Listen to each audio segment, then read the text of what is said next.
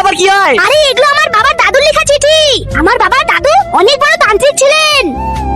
শ্মশানের কাছে একটা পুকুর আছে, সেই পুকুরের নাম পদ্মপুকুর, যে জ্যান্ত পুকুর নামে পরিচিত। ওই পুকুরে জল যদি কাউকে স্পর্শ করানো হয় সে সমস্ত বিপদ থেকে মুক্তি পাবে, কিন্তু সাবধান, আমাদের যে করে হোক যে কোনো একজনকে সাহস করে এটা করতেই হবে।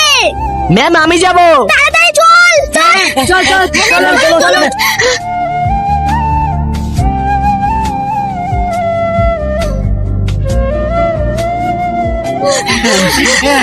বড়দা, যা, কিন্তু সাবধান।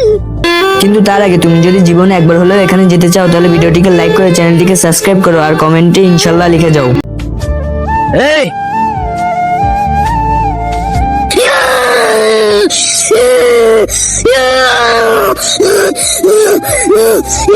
আয় আয় আমাকে ধর ধর ধর ধর।